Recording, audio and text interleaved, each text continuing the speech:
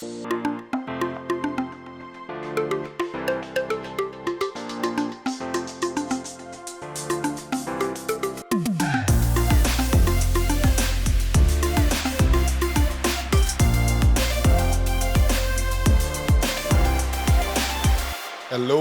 I am Martin Nyanzu, and this is the Unsettled Podcast, a podcast for those who are looking for answers.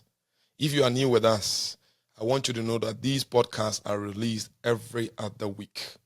Let me tell you what we are doing today. We are going to talk about persecution and mockery of Christianity during the ongoing Paris 2024 Olympics and why Christians will not retaliate with hatred or death threat. I say persecution because it is a mistreatment of the Christian faith. I also use the word mockery because it is a belittling of the things God values or places a high premium on. On Friday, July 26th, the Olympic Games had its opening ceremony in Paris, France. According to USA Today's reporting, during the Friday ceremony, there was a moment on the Billy Bridge when the camera cut to French DJ and producer Barbara Bach, who described herself as a love activist. Bach wore a blue dress with a silver headdress, and as the camera panned out, she was flanked by drag queens. These are men dressing like women with makeups on both sides. Later appeared a nearly naked man painted in blue on a dinner plate surrounded by food. He then sang as the people around him danced, and it turned into a runway scene where models walked across. The scene has been met with backlash as people say it mocked the Last Supper, the famous painting from Leonardo da Vinci that shows Jesus Christ with his 12 apostles at his Last Supper, where he announced that one of the apostles would betray him. Forms of persecution range from widespread government programs to informal mistreatment by individuals. Persecution comes in varying degrees, from executions, mob killings, beatings to insults and other abuses in our day, such as the use of social media memes, among others. Whenever such things have happened, some Christians wonder why mockery is not often directed at Islam, but Christianity. This is because, according to Surah 2:207, the highest sacrifice in Islam is not self-denial as Christians teach when it comes to following Christ, but for Muslims, it is rather self-sacrifice for the sake of Allah in killing his enemies. A faithful Muslim is not one who loves his enemies, but one who hates them, even if they are his or her parents, or even children or brothers or sisters. According to Surah 9:5, all non-Muslims are the enemies of Allah and must be killed. This is partly why missionaries in Islamic countries are often arrested, maltreated, or sometimes even killed. Blaspheming Muhammad or Allah is not taken lightly by Muslims for the reasons I have just pointed out.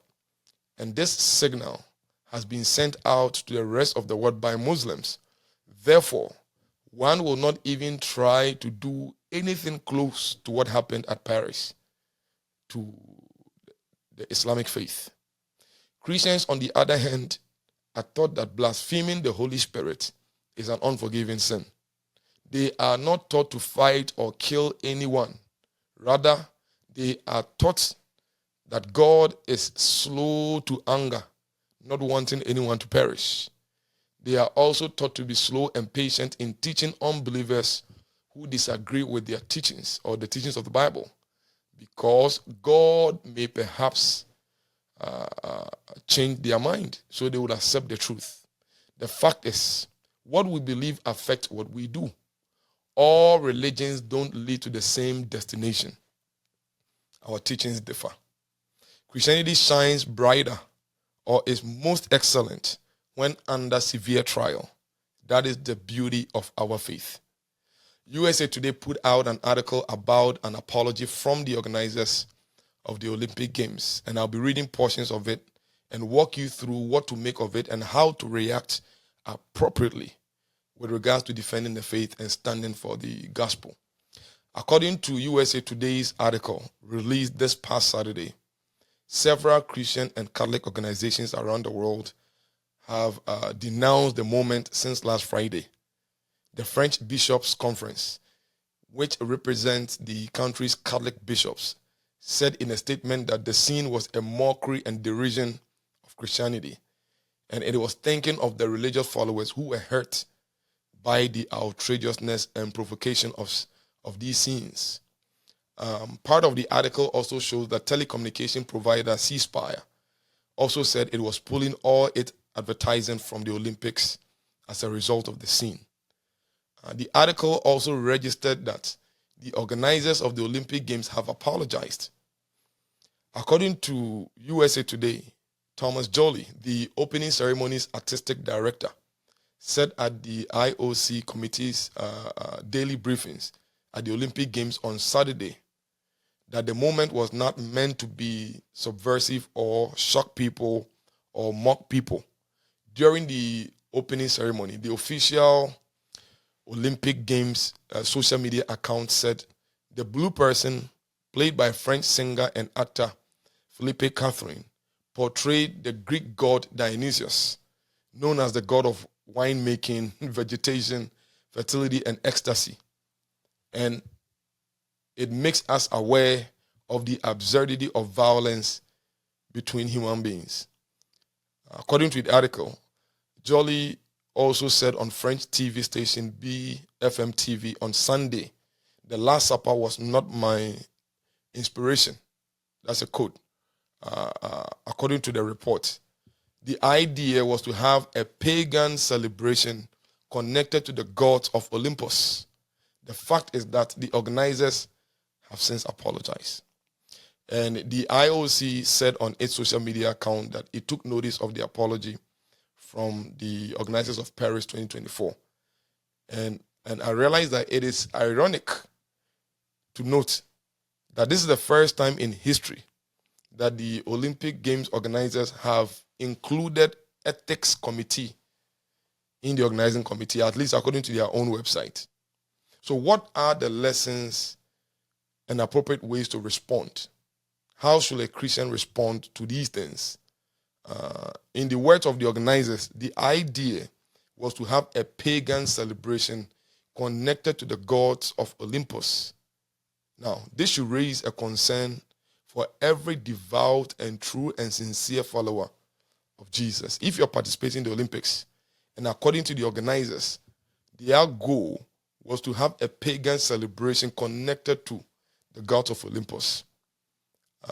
We need to think twice about this with regards to our participation. That's a Christian response. And then with regards to mockings and such persecution, it helped us to affirm our confidence in the Bible as a prophetic book. Its teachings accurately predict these things. According to much of the New Testament, persecution is a test of faith that reveals that the world is against the church. I often say you must believe in the Bible not because you were taught so in the church, but because its teachings rationally explains what happens in real life better than any other book in the world. In other words, the Bible is a divine document, it's a prophetic book, and what it says would happen will happen. According to Acts 8:1, Saul was one of the witnesses during the killings of Stephen. That sparked a great wave of persecution during that time, sweeping over the church in Jerusalem, and all the believers except the apostles were scattered throughout the regions of Judea and Samaria. Jesus said in Matthew 5:10 that blessed are those who are persecuted for righteousness' sake, for theirs is the kingdom of heaven.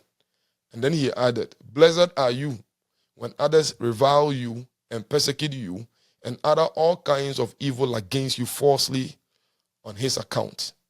He told his followers to rejoice and be glad, for their reward is great in heaven. For so they persecuted the prophets who were before them. And then the Apostle Peter in 1 Peter 4:13-16 encourages us to rejoice in as much as we participate in the sufferings of Christ, so that we may be overjoyed when his glory is revealed. And he continues that if we are insulted because of the name of Christ, we are blessed, for the spirit of glory and of God rests on us. If we suffer, it should not be because we are murderers or thieves or we have performed any kind of criminal activity or even as meddlers. However, if we suffer as Christians, we should not be ashamed, but praise God that we bear that name. In this season of mockery and persecution, all Christians around the world should note that persecution is a sign or testimony that our faith and the gospel we preach is true. Jesus said in John 15:18-19 that if the world hate us, we must keep in mind that it hated him first. And if we belong to the world, it will love us as its own. And as it is, we do not belong to the world, but he has chosen us out of the world. That is why the world hates us. Apostle Paul encourages us in Romans 12:18-21 that if it is possible, as far as it depends on you and I, we must live at peace with everyone. We are not to take revenge, but leave room for God's wrath.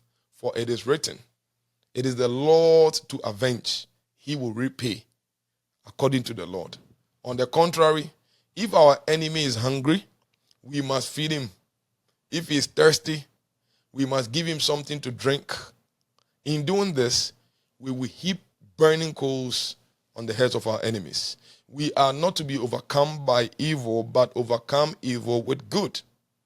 The reason for this is because God will deal with all persecutors, those who persecute us.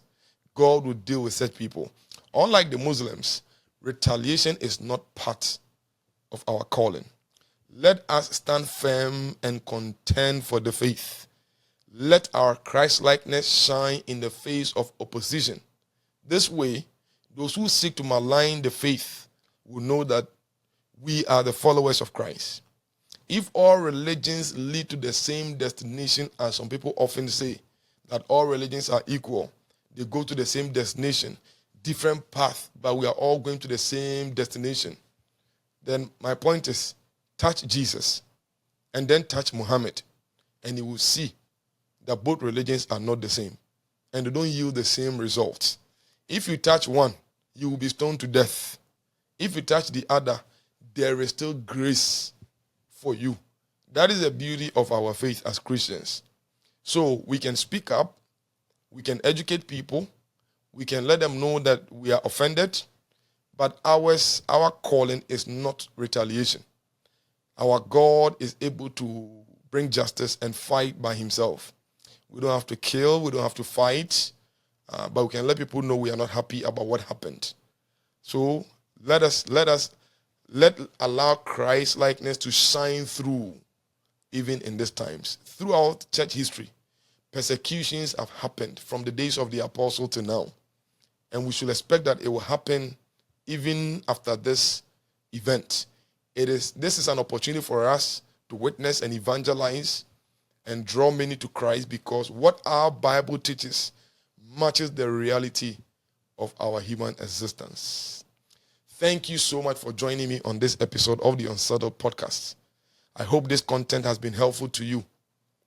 If you haven't subscribed, liked, or followed our platforms, I hope you do so, and please share it around. It really helps to get the content out there. We are on Facebook, Instagram, TikTok, and X. This podcast is available on all platforms where you listen to your podcasts, on YouTube and on our website, liveunsettled.org. I am Martin Nyanzu, and until next time, it's okay to live unsettled. Finding faith is a journey.